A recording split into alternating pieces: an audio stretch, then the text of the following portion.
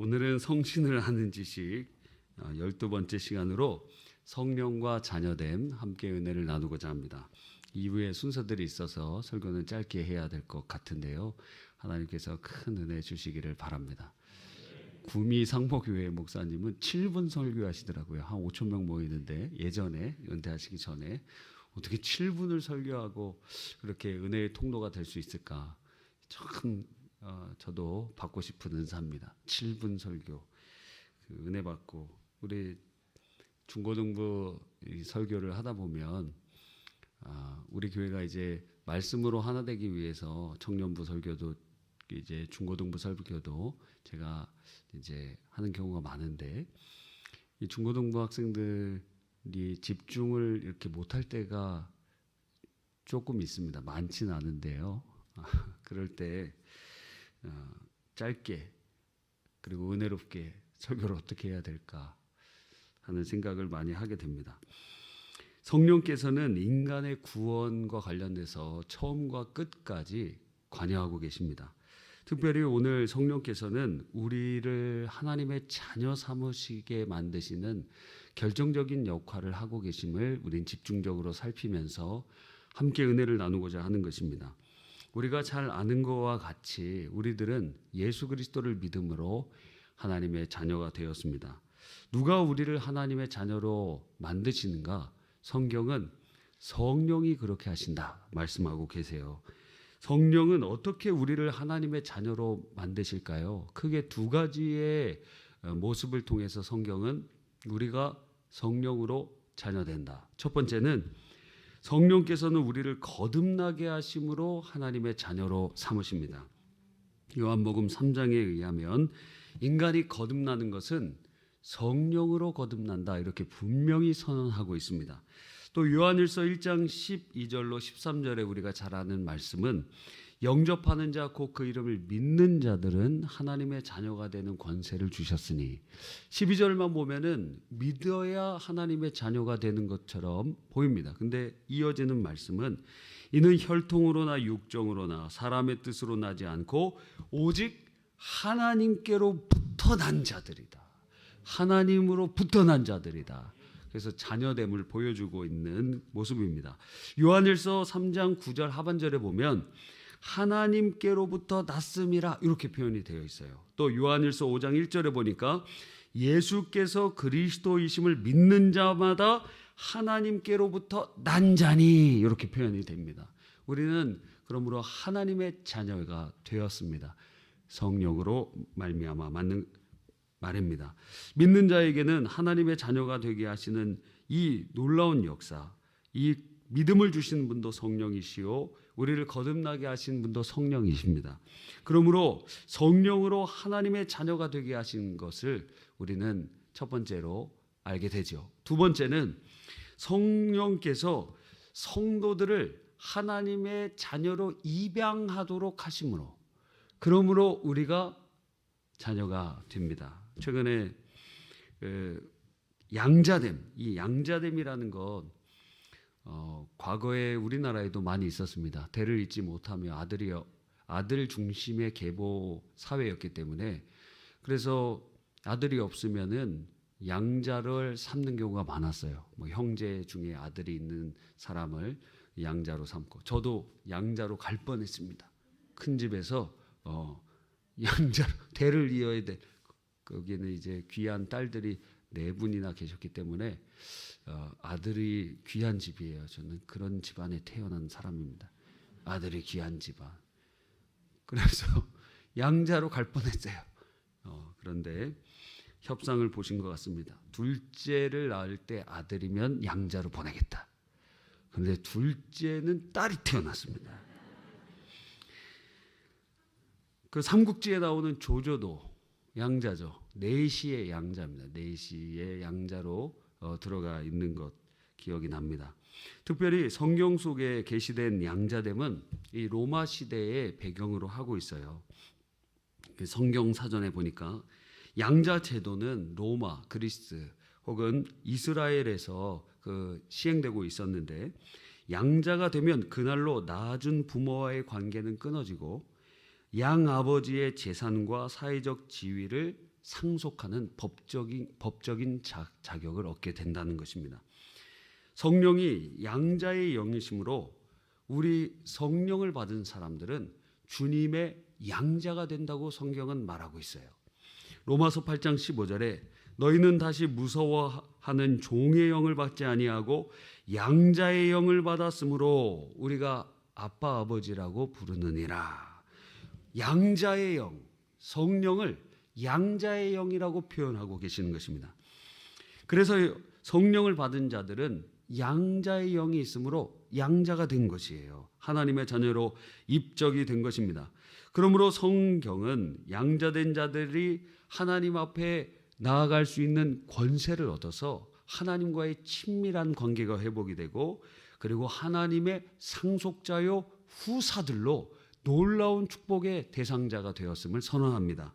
로마서 8장 17절에 자녀이면 또한 상속자 곧 하나님의 상속자요 그리스도와 함께한 상속자다, 이렇게 표현하고 있는 거예요. 하나님의 상속자라는 거예요. 여러분, 옛날에 그 상속자들이라는 드라마가 있었는데 혹시 기억이 나십니까? 그 재벌 상속자들 이야기예요. 우리가 재벌 생각만 해도 좋죠? 돈 좀 어떻게 팍팍 썼으면 좋겠죠? 예. 돈 많으면은 뭐 하고 싶습니까? 자, 1,000만 원 제가 드릴게요. 그러면 어떻게 하고 싶습니까? 또 우리 권사님들은 헌금해야 되겠습니다. 이런, 예, 마음으로 제가 듣진 않았지만 그렇게 얘기해 드리는 겁니다. 여러분, 돈 좀 마음껏 썼으면 좋겠지 않아요? 제 친구가 심리학 지금 박사가 됐는지 모르겠습니다. 하여튼 학교 다닐 때 심리학을 공부를 하고 있는데 자기가 연구하는 분야가 있대요. 그 자기 무슨 분야냐면 돈 치료하는 거예요. 돈 치료. 그래서 돈을 줘갖고 치료하는 겁니다. 그래서 줄 돈이 없어. 근데 문제는 우리가 돈이 없어갖고 너무 이게 열등감과 좌절감을 많이 느끼잖아요. 그래서 그 돈을 줘서 치료하는데 줄 돈이 없는 거예요. 갈라디아서 4장 5절로 7절에 보면 율법 아래 있는 자들을 속량하시고 우리로 아들의 명분을 얻게 하려 하심이라. 너희가 아들이므로 하나님이 그 아들의 영을 우리 마음 가운데 보내사 아빠 아버지라고 부르게 하셨느니라. 그러므로 내가 이후로는 종이 아니요 아들이니 아들이면 하나님으로 말미암아 유업을 받은 자니라. 여기 아들이라는 표현은 자녀라는 표현이에요. 그러니까 성별로 하나님이 성별이 있으세요? 하나님도 성별이 없으세요. 그런데 아버지라고 그냥 말씀하시는 것처럼 아들이라고 하니까 난 딸인데 그게 아니라 남자 여자 다 포함해서 아들이라고 하고, 우리 한자도 이렇게 자녀 자자 이렇게 써놓잖아요. 그런 것과 비슷한 표현입니다. 그러므로 우리들이 다 하나님의 양자가 되었어요. 그래서 법적인 상속자들이요, 그리고 하나님의 가족이 되었어요. 하나님 앞에 우리가 이 양자된 사람의 특별한 두 가지의 특징이 무엇입니까? 바로 하나님을 아버지라고 부를 수 있는 친밀한 관계가 되었다는 것이고 상속을 한다는 거예요. 놀라운 축복이죠. 그러면 거듭나고 양자된 하나님의 자녀들은 이제 특징들이 나타납니다. 거듭나서 자녀가 되고 양자로서 자녀가 되는 이중 포지션으로서의 양자됨인, 우리가 자녀됨인데, 그럼 거듭나서 하나님의 자녀된 우리 안에는 무언가 심령의 변화, 영의 변화가 일어나게 되었어요. 왜? 영혼이 거듭 살아났기 때문에. 어떤 변화가 일어나게 됩니까? 하나님을 닮아가는 변화가 일어나요. 깨어졌던 하나님의 형상, 하나님의 형상은 좁은 의미의 하나님의 형상과 넓은 의미의 하나님의 형상이 있는데, 넓은 의미의 하나님의 형상으로는 불신자들도 가지고 있죠. 동물과 다른 그러한 특성들을 가지고 있기 때문에 말이죠. 그러나 좁은 의미의 하나님의 형상은 의와 진리와 거룩함, 곧 원의, 오리지널 라이처스니스를 의미해요. 원죄의 반대말입니다. 원의를 가지고 있는데 이 원의가 회복이 되는 거예요. 왜냐하면 예수 그리스도로 말미암아 우리의 영혼이 살아나고, 그래서 그분으로 말미암아 의와 진리의 거룩함을 입은 새 사람을 입게 된 것입니다. 할렐루야. 뿐만 아니라 우리들 안에 주님께서 하나님의 놀라운 변화들을 일으켜 주시는데, 거듭난 영 안에 하나님의 자녀된 사람들은 변화의 역사, 믿음의 역사, 소망의 인내, 사랑의 수고를 하게 되고, 뿐만 아니라 성령 안에서 의와 평강과 희락, 곧 하나님의 나라를 경험할 수 있는 사람들이 되게 된 것입니다. 그래서 우리 안에 하나님의 놀라운 역사에 그 일들을 경험할 수 있는 사람이 다 된 거예요.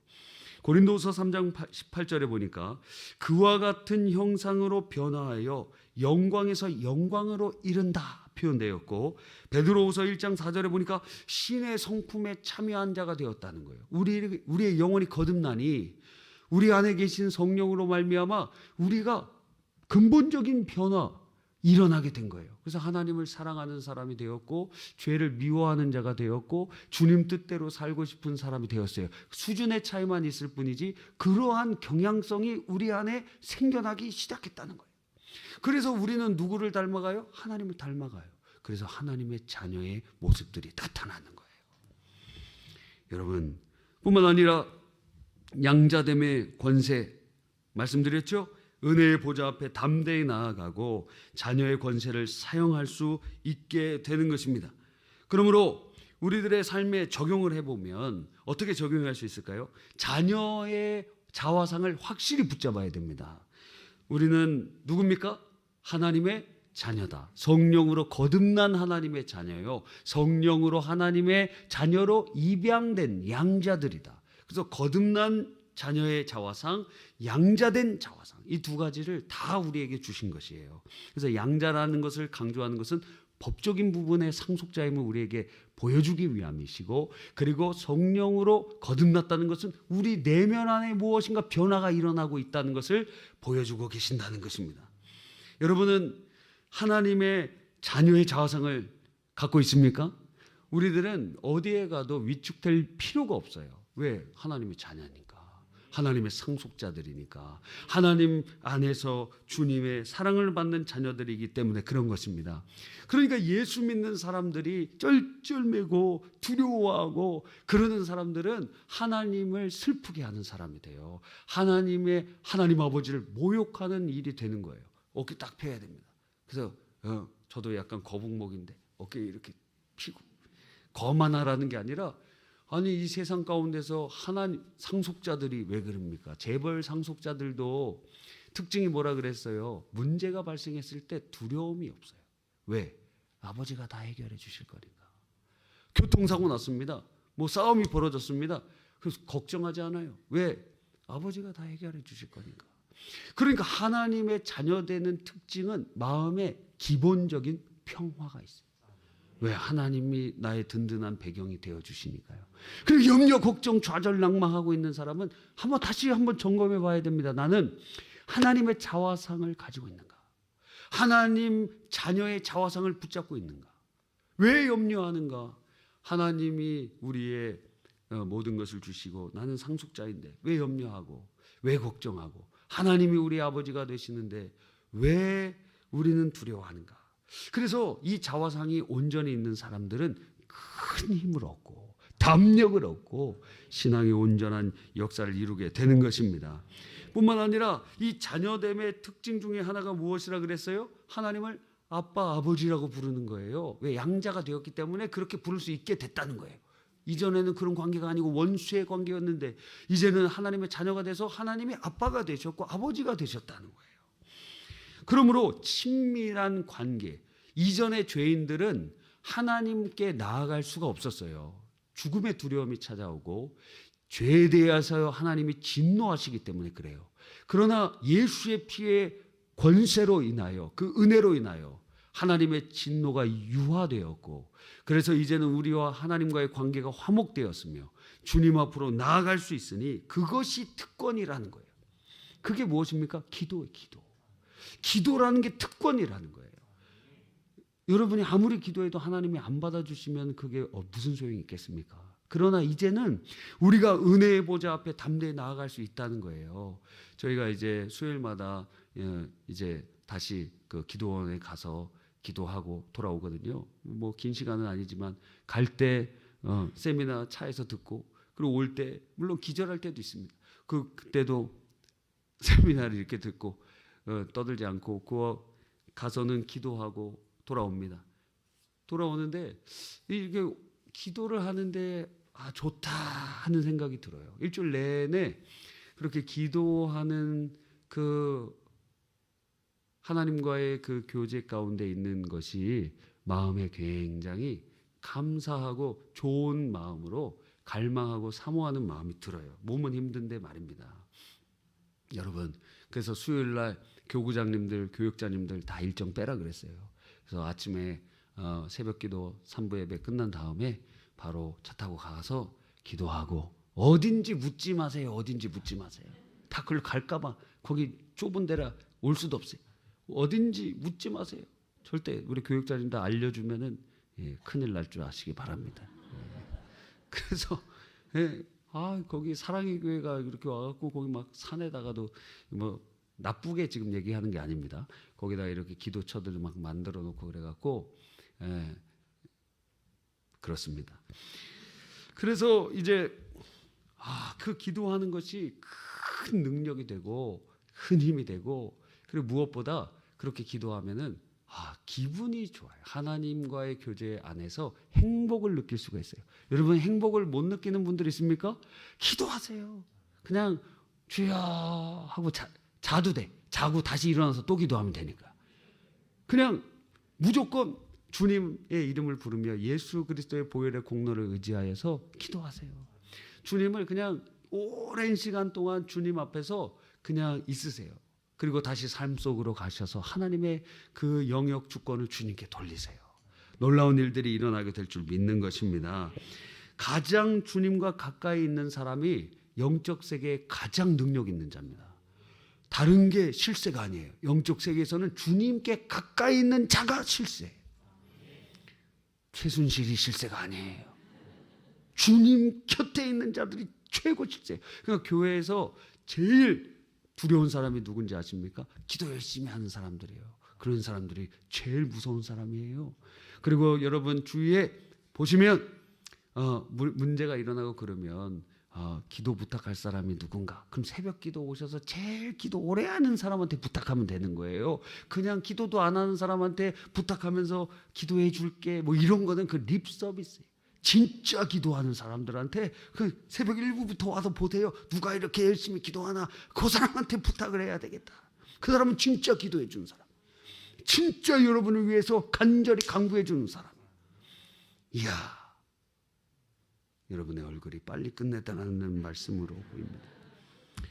자녀의 권세를 사용하고 주님의 상속자임을 알고 소망으로 전진하며 하나님의 자녀되게 하신 성령의 놀라우신 은혜를 찬양하며 믿음에 전진하시길 바랍니다.